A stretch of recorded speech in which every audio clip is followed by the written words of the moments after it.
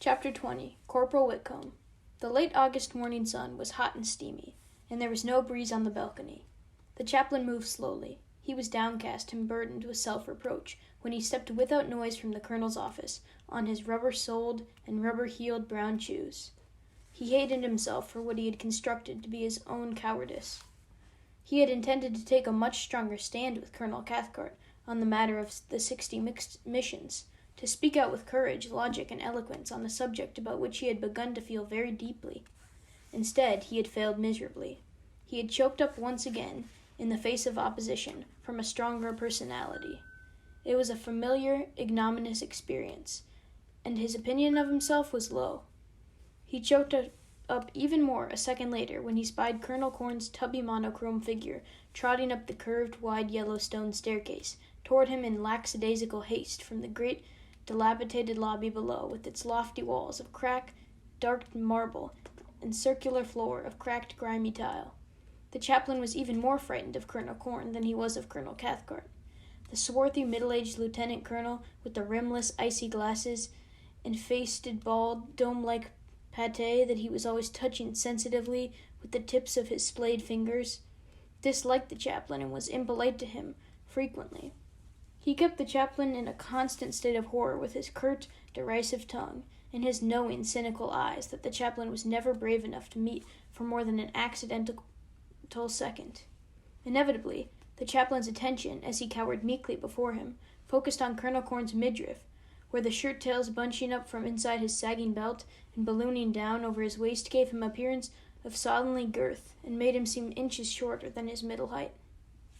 Colonel Korn was an untidy, disdainful man, with an oily skin, deep hard lines running almost straight down his nose between his crepuscular jowls and his square, clefted chin. His face was dour, and he glanced at the chaplain without recognition, as the two drew close on the staircase and prepared to pass. "Hiya, Father," he said tonelessly, without looking at the chaplain. "How's it going?" "Good morning, sir," the chaplain replied, discerning wisely that Colonel Korn expected nothing more in the way of a response. Colonel Korn was proceeding up the stairs without slackening his pace, and the chaplain resisted the temptation to remind him again that he was not a Catholic but an Anabaptist, and that it was therefore neither necessary nor correct to address him as Father. He was almost certain now that Colonel Korn remembered, and that calling him Father with such a bland innocence was just another one of Colonel Korn's methods of taunting him because he was only an Anabaptist.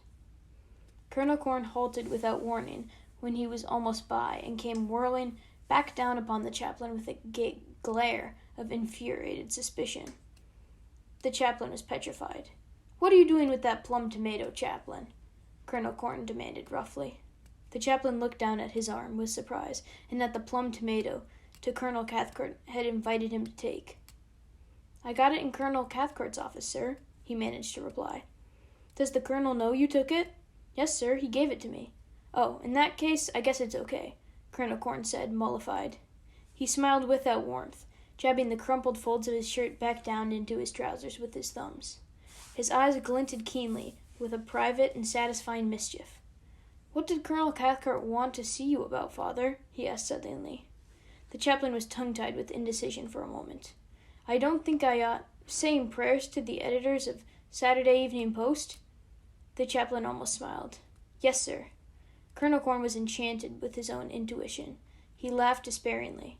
"You know, I was afraid he'd begin thinking about something so ridiculous as soon as he saw this week's Saturday Evening Post. I hope you succeeded in showing him what an atrocious idea it is. He has decided against it, sir." "That's good. I'm glad you convinced him that the editors of the Saturday Evening Post were not likely to run that same story twice just to give some publicity to some obscure colonel. How are things in the wilderness, Father? Are you able to manage out there?" "Yes, sir. Everything is working out." "That's good. I'm happy to hear you have nothing to complain about. Let us know if you need anything to make you comfortable. We all want you to have a good time out there." "Thank you, sir. I will." Noise of a growing stir rose from the lobby below. It was almost lunchtime, and the earliest arrivals were drifting into the headquarters mess halls, the enlisted men and officers separating into different dining halls on facing sides of the archaic rotunda. Colonel Korn stopped smiling. "You had lunch with us here just a day ago or so, didn't you, Father?" he asked meaningfully. "Yes, sir, the day before yesterday." "That's what I thought," Colonel Korn said, and paused to let his point sink in. "Well, take it easy, Father. I'll see you around when it's time for you to eat here again." "Thank you, sir." The chaplain was not certain at which of the 5 officers and 5 enlisted men's mess halls he was scheduled to have lunch that day, for the system of rotation worked out for him by Colonel Korn was complicated, and he had forgotten his records back in his tent. The chaplain was the only officer attached to group headquarters who did not reside in the moldering red stone group headquarters building itself, or in any of the smaller satellite structures that rose above the grounds in a disjuncted relationship. The chaplain lived in a clearing in the woods about 4 miles away from the officers' club, in the first of the 4 squadron areas that stretched away from group headquarters in a distant line. The chaplain lived alone in a spacious square tent that was also his office. Sounds of reveille traveled to him at night from the officers' club, and kept him awake often as he turned and tossed on his cot in passive, half-voluntary exile. He was not able to gauge the effects of the mild pills he took occasionally to help him sleep, and felt guilty about for days afterward. The only one who lived with the chaplain in his clearing in the woods was Corporal Whitcomb, his assistant. Corporal Whitcomb, an atheist, was a disgruntled subordinate who felt he could do the chaplain's job much better than the chaplain was doing it, and viewed himself, therefore, as an underprivileged victim of social inequity. He lived in a tent of his own, as spacious and square as the chaplain's. He was openly rude and contemptuous to the chaplain once he discovered that the chaplain would let him get away with it. The borders of the 2 tents in the clearing stood no more than 4 or 5 feet apart. It was Colonel Korn who had mapped out this way of life for the chaplain. One good reason for making the chaplain live outside the group headquarters building was Colonel Korn's theory that dwelling in a tent, as most of his parishioners did, would bring him closer into communication with them. Another good reason was the fact that having the chaplain around headquarters all the time made the other officers uncomfortable. It was one thing to maintain liaison with the Lord, and that they were all in favor of that.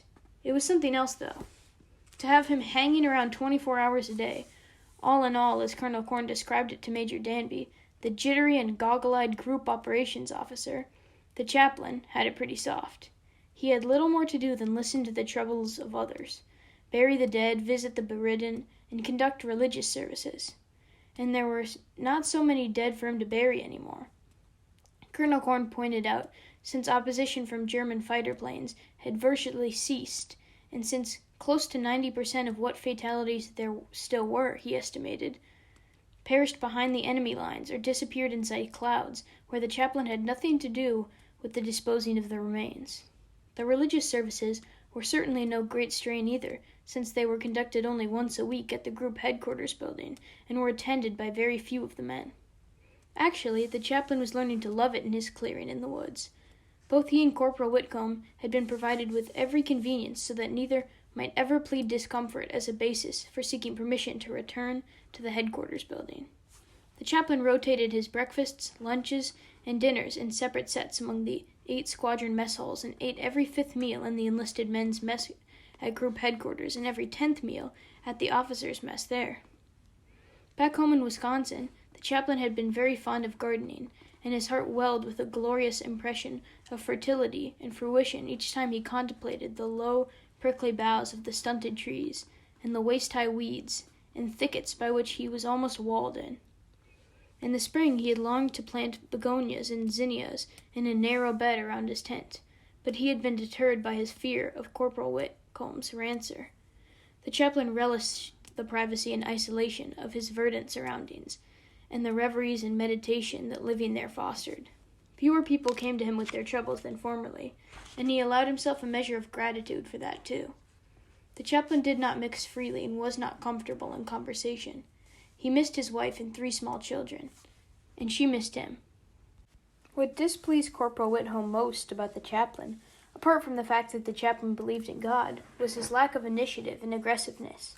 Corporal Whitcomb regarded the low attendance at religious services as a sad reflection of his own status. His mind germinated feverishly with challenging new ideas for sparking the great rich spiritual revival which he dreamed himself the architect. Boxed lunches, church socials, form letters to the families of men killed and injured in combat, censorship, bingo. But the chaplain blocked him. Corporal Whitcomb bridled with vexation beneath the chaplain's restraint, for he spied room for improvement everywhere. It was people like the chaplain, he concluded, who were responsible for giving religion such a bad name and making pariahs out of them both. Unlike the chaplain, Corporal Whitcomb detested the seclusion of the clearing in the woods. One of the first things he intended to do after he disposed the chaplain was move back into the group headquarters building, where he could be right in the thick of things. When the chaplain drove back into the clearing after leaving Colonel Korn, Corporal Whitcomb was outside in a muggy haze, talking in conspiratorial tones to a strange chubby man in a maroon corduroy bathrobe and gray flannel pajamas. The chaplain recognized the bathrobe and pajamas as official hospital attire. Neither of the two men gave him any sign of recognition. The stranger's gums had been painted purple. His corduroy bathrobe was decorated in back with a picture of a B-25 nosing through orange bursts of flak, and in front with 6 neat rows of tiny bombs, signifying 60 combat missions flown. The chaplain was so struck by the sight that he stopped to stare. Both men broke off their conversation and wailed in stony silence for him to go. The chaplain hurried inside the tent. He heard, or imagined he heard, them tittering. Corporal Whitcomb walked in a moment later and demanded, "What's doing?" "There isn't anything new," the chaplain replied with averted eyes. "Was anyone here to see me?" "Just that crackpot Yossarian again. He's a real troublemaker, isn't he?" "I'm not so sure he's a crackpot," the chaplain observed. "That's right, take his part," said Corporal Whitcomb in an injured tone, and stamped out. The chaplain could not believe that Corporal Whitcomb was offended again, and had really walked out. As soon as he did realize it, Corporal Whitcomb walked back in. "You always side with other people," Corporal Whitcomb accused. "You don't back up your men. That's one of the things that's wrong with you." "I didn't intend to side with him," the chaplain apologized. "I was just making a statement." "What did Colonel Cathcart want?" "It wasn't anything important. He just wanted to discuss the possibility of saying prayers in the briefing room before each mission." "All right, don't tell me," Corporal Whitcomb snapped, and walked out again. The chaplain felt terrible. No matter how considerate he tried to be, he always seemed to manage to hurt Corporal Whitcomb's feelings. He gazed down remorsefully and saw that the orderly forced upon him by Colonel Korn to keep his tent clean and attend to his belongings had neglected to shine his shoes again. Corporal Whitcomb came back in. "You never trust me with information," he whined truculently. "You don't have confidence in your men. That's another one of the things that's wrong with you." "Yes, I do," the chaplain assured him guiltily. "I have lots of confidence in you." "Then how about those letters?" "No, not now," the chaplain pleadingly cringed. "Not the letters. Please don't bring that up again. I'll let you know if I have a change of mind." Corporal Whitcomb looked furious. "Is that so? Well, it's all right for you to just sit there and shake your head while I do all the work. Didn't you see that guy outside with all those pictures painted on his bathrobe? Is he here to see me?" "No," Corporal Whitcomb said, and walked out. It was hot and humid inside the tent, and the chaplain felt himself turning damp. He listened like an unwilling eavesdropper to the muffled, indistinguishable drone of the lowered voices outside. As he sat inertly at the rickety bridge table that served as a desk, his lips were closed, his eyes were blank, and his face, with its pale ochre hue in ancient confined clusters of minute acne pits, had the color and texture of an uncracked almond shell. He racked his memory for some clue to the origin of Corporal Whitcomb's bitterness towards him. In some way he was unable to fathom. He was convinced he had done him some unforgivable wrong. It seemed incredible that such a lasting ire as Corporal Whitcomb's could have stemmed from his rejection of bingo, or that form letters home to the families of the men killed in combat. The chaplain was despondent with an acceptance of his own ineptitude. He had intended for some weeks to have a heart-to-heart talk with Corporal Whitcomb in order to find out what was bothering him, but was already ashamed of what he might find out. Outside the tent, Corporal Whitcomb snickered. The other man chuckled. For precarious seconds, the chaplain tingled with a weird occult sensation of having experienced the identical situation before in some prior time or existence. He endeavored to trap and nourish the expression in order to predict, or even perhaps control, what incident would occur next. But the afflatus melted away unproductively, as he had known beforehand it would. Déjà vu. The subtle, reoccurring confusion between illusion and reality that was characteristic of paramnesia fascinated the chaplain, and he knew a number of things about it. He knew, for example, that it was called paramnesia, and he was interested as well in such corollary optical phenomena as jamais vu, never seen, and presque vu, almost seen. There were terrifying sudden moments when objects, concepts, and even people that the chaplain had lived with almost all his life inexplicably took on an unfamiliar and irregular aspect that he had never seen before, and which made them seem totally strange. Jamais vu. And then there were other moments when he almost saw absolute truth in brilliant flashes of clarity that almost came to him. Presque vu. The episode of the naked men in the tree at Snowdon's funeral mystified him thoroughly. It was not déjà vu, for at the time he had experienced no sensation of having ever seen a naked man in a tree at Snowdon's funeral before. It was not jamais vu, since the apparition was not of someone or something familiar appearing to him in an unfamiliar guise. And it was not presque vu, for the chaplain did see him. A jeep started up, with a backfire directly outside, and roared away. Had the naked men in the tree at Snowdon's funeral been merely a hallucination, or had it been a true revelation? The chaplain trembled at the mere idea. He wanted desperately to confide in Yossarian, but each time he thought about the occurrence, he decided not to think about it any further. Although now that he did think about it, he could not be sure that he ever really had thought about it. Corporal Whitcomb sauntered back in a warily shiny new smirk, and leaned his elbow impertinently against the center pole of the chaplain's tent. "Do you know who that guy in the red bathroom was?" he asked boastfully. "That was a CID man with a fractured nose. He came down here from the hospital on official business. He's conducting an investigation." The chaplain raised his eyes quickly, in obsequious commensuration. "I hope you're not in any trouble. Is there anything I can do?" "No, I'm not in trouble," Corporal Whitcomb replied with a grin. "You are. They're going to crack down on you for signing Washington Irvine's name to all those letters you've been signing Washington Irvine's name to. How do you like that?" "I haven't been signing Washington Irvine's name to any letters," said the chaplain. "You don't have to lie to me," Corporal Whitcomb answered. "I'm not the one you have to convince." "But I'm not lying."